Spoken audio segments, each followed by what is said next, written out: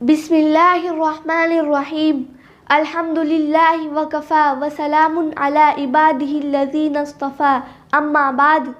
محترم سامعین کرام، آج کا یہ تاریخ ساز دن جس کو جشن جمہوریت کے طور پر ہر سال پورے ملک میں منایا جاتا ہے، یہ ہم ہندوستانیوں کے لیے قومی تہوار کا دن ہے۔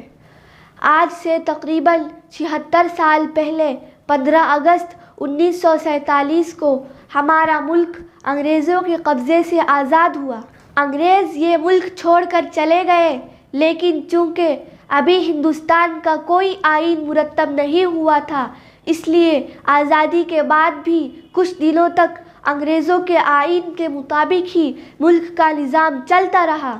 لیکن جلد ہی اس وقت کے ہمارے جو عظیم قومی رہنما تھے، ان لوگوں نے آپسی صلاح و مشورہ سے ڈاکٹر بھیم راؤ امبیڈکر کی قیادت میں ایک قانون ساز کمیٹی بنائی، اور اس کمیٹی نے 2 سال 11 مہینے کی انتہائی کوشش کے بعد قانون ہند مرتب کیا،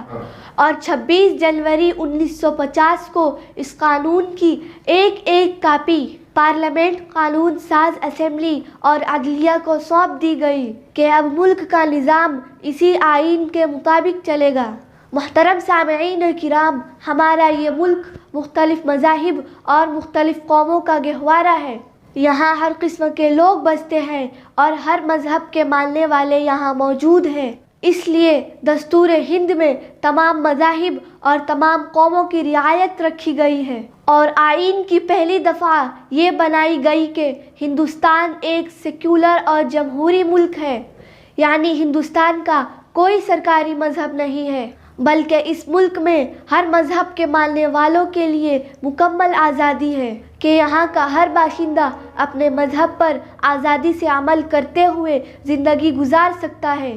سامعین کرام، دستور ہند کی یہ پہلی دفعہ در حقیقت یہی ہمارے ملک کی شناخت ہے، اور اس پر عمل کرنے میں ملک ترقی کرے گا اور ملک کے اندر امن و سکون کا ماحول بنا رہے گا۔ علامہ اقبال کی اس شعر کے ساتھ میں اپنی بات ختم کرتی ہوں کہ مذہب نہیں سکھاتا آپس میں بیر رکھنا، مذہب نہیں سکھاتا آپس میں بیر رکھنا، ہندی ہے ہم، وطن ہے ہندوستاں ہمارا، وما علینا الا البلاغ، والسلام علیکم ورحمۃ اللہ وبرکاتہ۔